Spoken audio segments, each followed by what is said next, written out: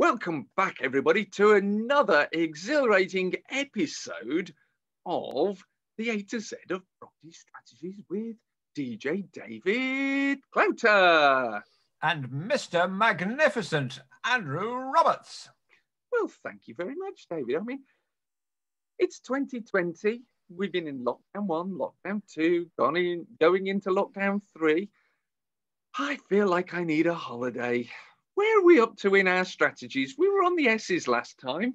We are, and one that has been affected a bit by events in 2020 is serviced accommodation. Oh dear. Oh. Is it a property strategy or is it an asset management strategy? Can I just ask? That is a very good question, but property is an asset that needs to be managed. So I'll fudge the answer to that one. Go on then, I'll go with that. So talk to me about serviced accommodation. What is it? I mean, I just look at serviced accommodation and go, isn't that just a holiday let? Well, some people might indeed say that, and it probably falls in the same sort of legal heading of a holiday let, but it's something that exploded of late. And I first found out about SA when I went up to Middlesbrough, where a friend of mine, Duncan, lives, and this must have been in about 2010. It was a long, long time ago, and he had 400 or 500 flats under management, and he was using this rather curious website that I'd never heard of before called Booking.com. And I said, "Well, what's all that about?"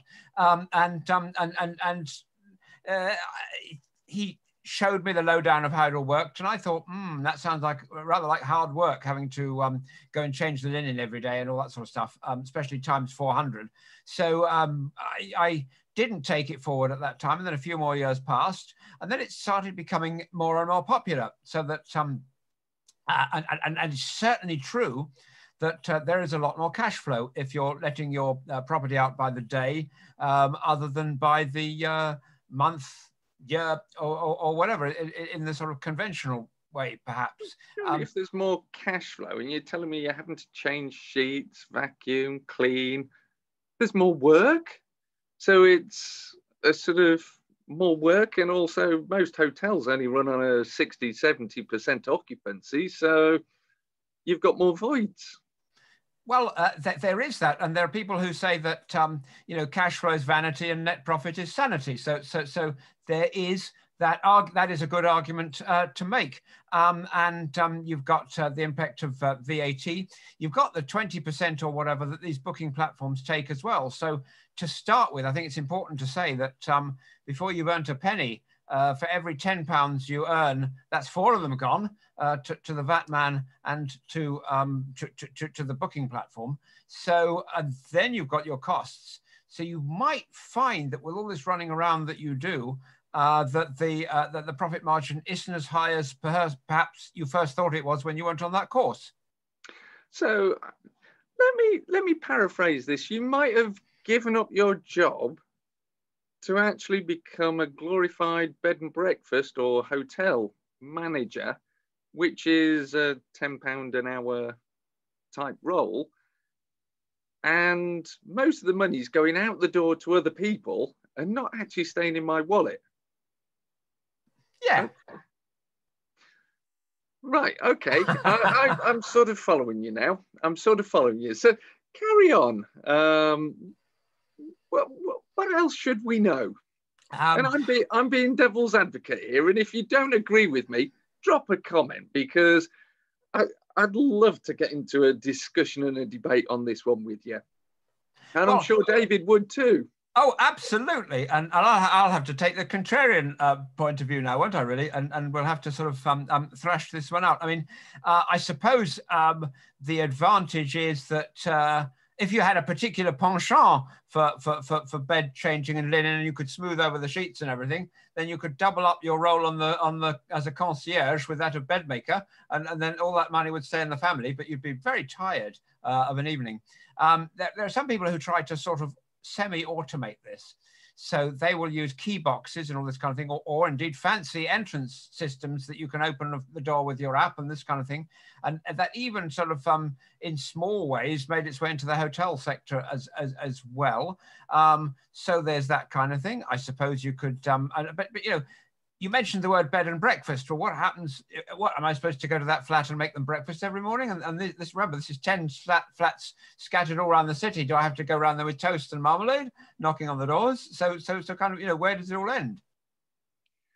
That could be quite a challenge. I'm just thinking of the logistics here. Your guest checks out at what, 10, 11 a.m. The new guest checks in at 3 p.m. And I know to get from one side of my city to the other side, and it's probably similar in yours, it can take 20 minutes. So you've got your travel time and you've got to go and change sheets, run the vac round, wash the toilet, wash the kitchen, sanitize it all, COVID safe it. That's one heck of a mountain of work to do and a lot of pressure to put yourself under to make a few quid extra. And you've got to screw the television back on the wall where they were wobbling it, and all these other unforeseen tasks. Now, see, one of the things that where the hotel industry benefits over and above people who have disparate flats and houses scattered around a city is that they benefit from one person on the desk servicing 400 rooms. And that hugely reduces their cost base because they don't need quite so many members of staff per unit. And so that, I think, is an important consideration. But I do have friends in the biz who are quite happily doing this sort of thing. And, you know, God bless them, I say. No, I mean, I'm not saying you shouldn't do this. I am taking a contrarian view and I'm challenging you to think how hard you might or might not be working. I mean, if you have managed to fully automate and if you have managed to delegate all of those tasks, which are national minimum wage tasks of changing sheets, drop a comment in the box below and share with me your model. And maybe we'll get you on here and have a chat with you, or we'll share how you've managed to scale that business, because in property, it's all about scaling to give yourself time. And it's not just becoming financially free, it's becoming time free so that you can choose what to do, and then location free so that you can choose where you want to be and run your business from wherever in the world. So, David, moving on from serviced accommodation, holiday lets, holiday cottages, and all the other similar variants of that strategy. What are we up to now? We're up to shared ownership. Isn't that an interesting one? Okay. So is this where I buy a house with you and we rent it out to somebody else? I suppose it could be, and that could be a whole topic in itself. But the thing that I had in mind is that given that properties in the UK are currently worth quite a lot of money and currently many multiples of people's salaries, in order to shift the new stuff, developers came up with the idea of retaining the ownership of some of it.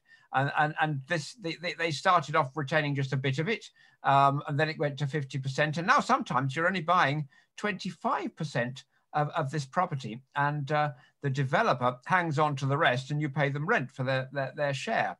Whilst, of course, this might help with affordability, and it might help you to move into a slightly larger accommodation unit that might otherwise be the case, it is now becoming clear to people that this has a major flaw. And particularly, for example, when people are getting divorced and this kind of thing, or when they're looking to trade up, traditionally in property, what you've done is you've had your equity in your little flat, which has grown in line with inflation to allow you to buy your modest house, and so on and so on.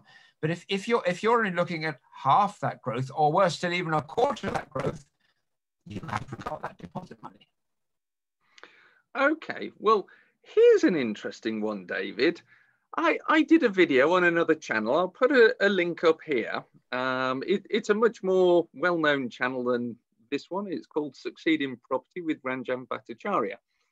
And there was a council which went bankrupt, served a Section 104 notice, which basically put them into bankruptcy and the power of the government. And it was Croydon Council. And the reason they went bankrupt is they decided to be clever and form a development company. And that development company was going to build houses for the community under what was termed shared ownership. Now, to offer shared ownership, you have to be registered as a housing association. So they built all these houses. They were great. They got them all signed off and ready to occupy. And somebody found out they hadn't even applied to become a housing association. So then they were left in a pig's pickle with a load of properties that they hadn't got a customer for, they hadn't got a market for, they couldn't put out to shared ownership. And that was only one of a whole raft of issues that they had, investing in commercial property, hotels, all of which went south on them. So my advice is, if you're going to do shared ownership, make sure you understand the rules and comply with them, and don't do a Croydon council. Astonishing. Absolutely, David. This is an independent audit report I'm quoting from, by the way. It's not made up. On that note, David, I think we'd better say goodbye for today and leave our viewers with that preposterous situation to ponder over. It's goodbye from me. I'm Andrew Roberts, and goodbye from me. I'm David Clouter, and I sincerely hope you'll join us for the next one right here on this channel. Stay tuned, hit like, hit share, and hit subscribe, and drop David a comment and tell us whether you agree with shared ownership or serviced accommodation. Thanks, guys.